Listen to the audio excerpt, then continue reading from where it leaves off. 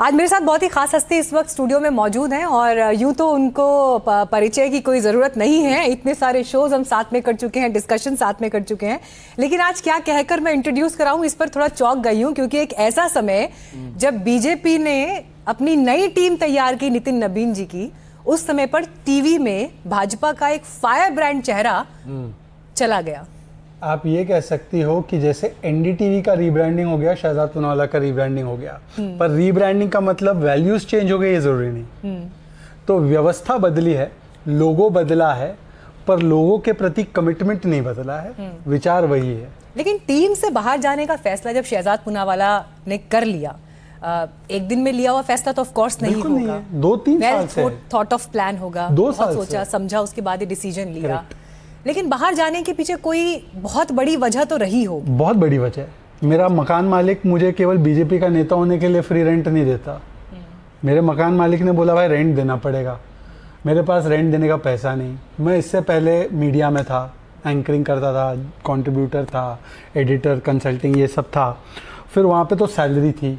फिर आ गया बीजेपी में। बीजेपी में जब था तो 24/7/365 यहाँ पे करते थे काम, तो और कुछ करने का मौका नहीं मिला, जिसकी वजह से मेरे जो भी सेविंग्स थे, मॉडेस्टली, मैं मॉडेस्ट फैमिली से हूँ, मैं ना लेता हूँ ना बेटा हूँ नेता का, ना मेरे परिवार का वो ऐसा कोई मेरा लेगेसी पड़ी हुई है।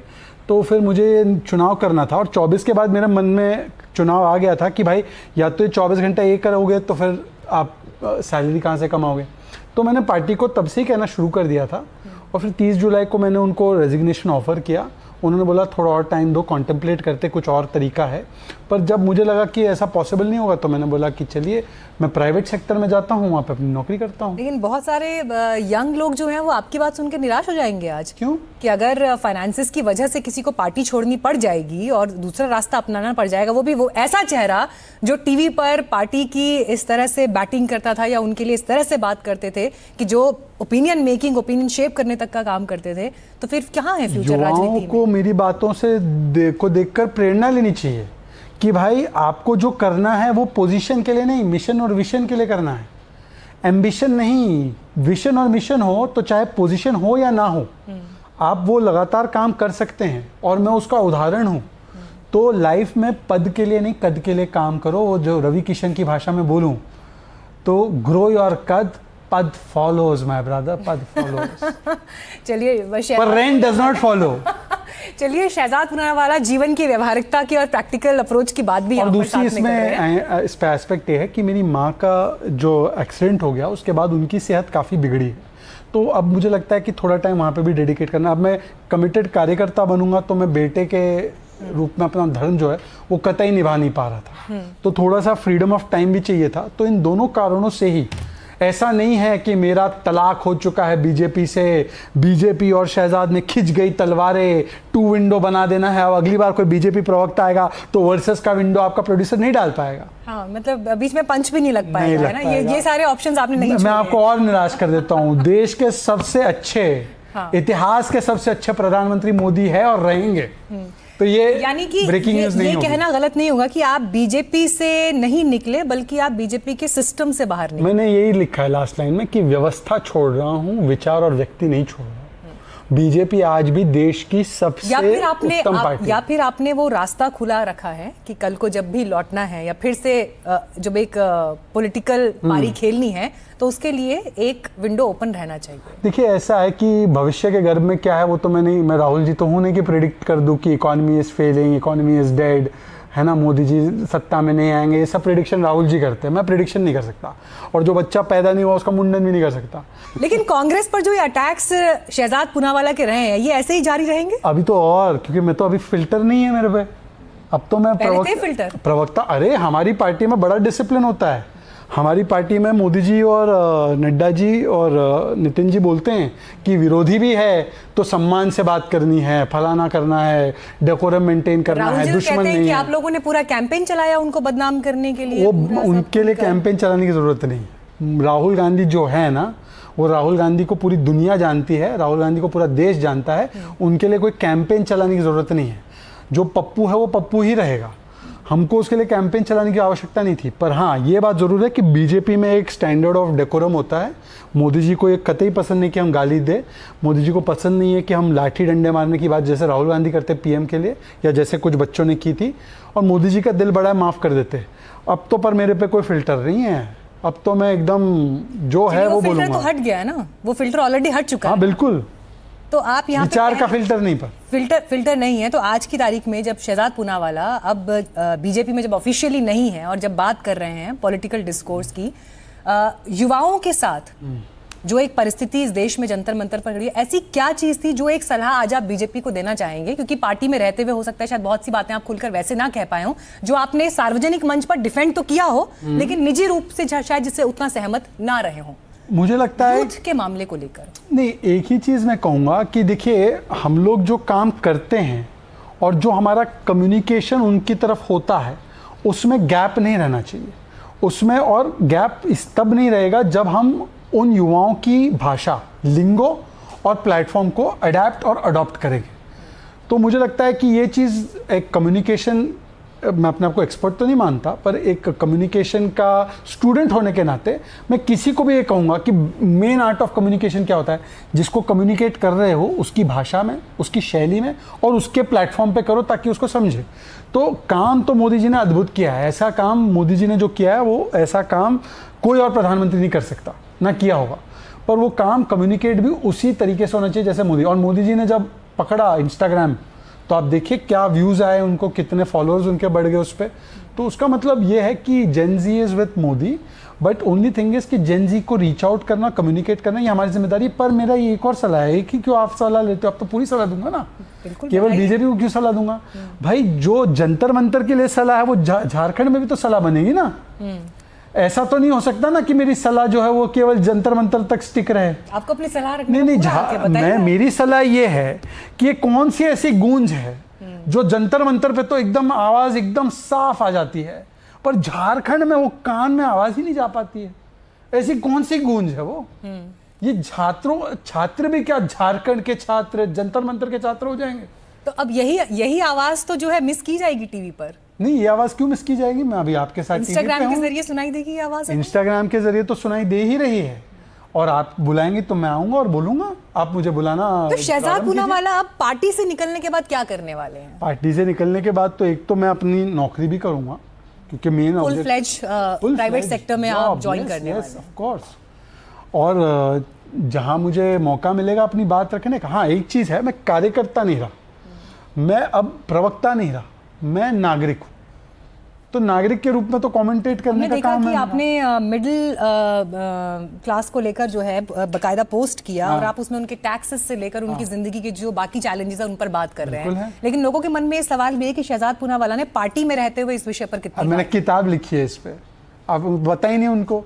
मैंने किताब लिखी है कि कैसे जीएसटी के आने के बाद टैक्सेस, एक्चुअली जो टैक्स हम लोग भरते हैं इनडायरेक्ट टैक्सेस, वो टैक्सेशन इंसिडेंस कितना कम हुआ है।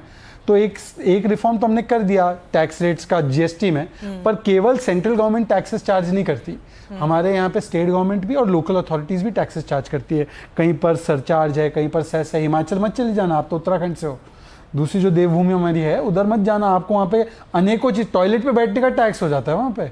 सुक्खू जी ने टॉयलेट टैक्स भी लगाया था। कर्नाटका में पॉटहोल टैक्स है पर पॉटहोल नहीं बनते।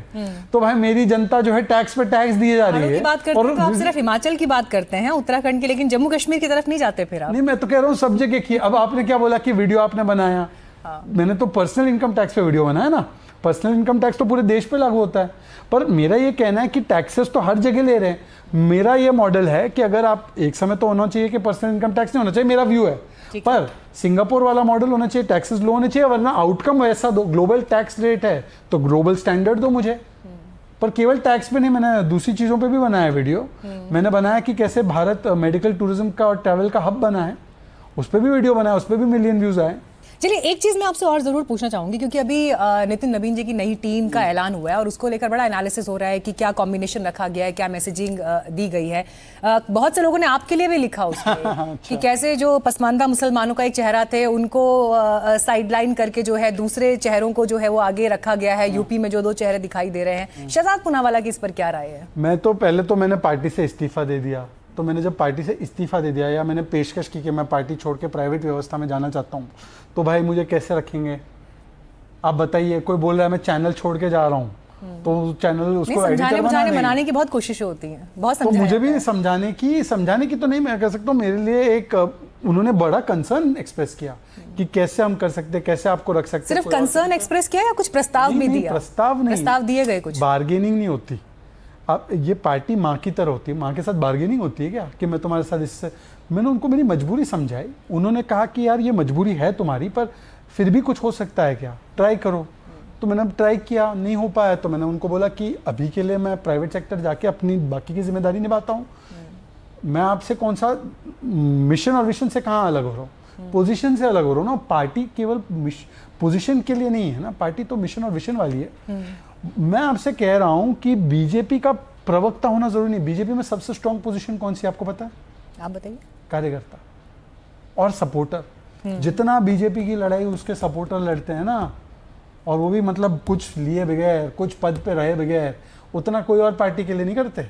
बीजेपी का सपोर्टर उसकी जान है। चलिए आखिरी सवाल मैं आपसे जरूर पूछूंगी, बीजेपी का इस वक्त सबसे बड़ा चैलेंज या सबसे बड़ी कमी जो आपकी नजर में जिस पर काम किए जाने की जरूरत है? चैलेंज नहीं है, बीजेपी का सबसे बड़ा अपॉर्चुनिटी जिसको उसको टैप करना वो ये है कि आपको एक ऐसा नेता मिला है, नरेंद्र मोदी, जो इस देश के और दुनिया के इतिहास में और किसी को प्राप्त नहीं है ऐसा नेता। और नरेंद्र मोदी जी के बाद कौन है आपकी नज़र में उतना बड़ा एसेट पार्टी के लिए? ऐसा है कि हमारे जब पिता होते हैं और पिताजी को हम कभी ये कहते हैं कि आपके बाद कौन देखेगा परिवार?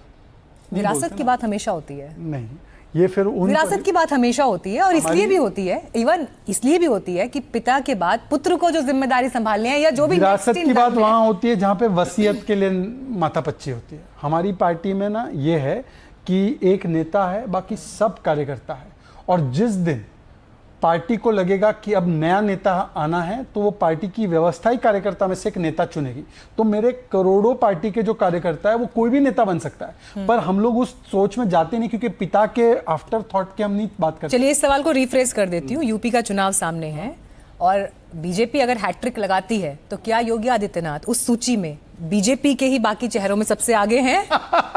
उनको क्यों मुख्यमंत्री के रूप में नहीं देखना चाहती हैं हम? मैं तो प्रधानमंत्री के लिए आपसे सवाल पूछ रही हूँ। अरे पर वो चुनाव तो उत्तर प्रदेश में मुख्यमंत्री का लड़ रहे हैं। तो मुख्यमंत्री के बाद प्रधानमंत्री का रास्ता आगे नहीं जाता है? गुजरात से मोदी जी भी तो ऐसे ही आए थे ना सेंटर तक। मैं ये कह रहा हूँ कि 27 में उनको जब मुख्यमंत्री बनाएंगे उत्तर प्रदेश की जनता, तो वो उत्तर प्रदेश में 5 साल काम करने के लिए बनाएंगे। जितना खुलकर शहजाद पूनावाला डिबेट में बोलते हैं उतना खुलकर नहीं बोल रहे हैं अब। क्योंकि मैं फिर से कह रहा हूँ, ये अगर आप योगी जी से भी पूछेंगे ना तो योगी जी बोलेंगे कि मेरी उत्तर प्रदेश की जनता के प्रति जो सेवा करने की भावना है वो भावना से ही वो काम कर रहे हैं। और मैं आपको अभी लिख के दे रहा हूँ, उत्तर प्रदेश में भारतीय जनता पार्टी मोदी जी और योगी जी के नेतृत्व में पिछली बार से बड़े मार्जिन से जीतने वाली है।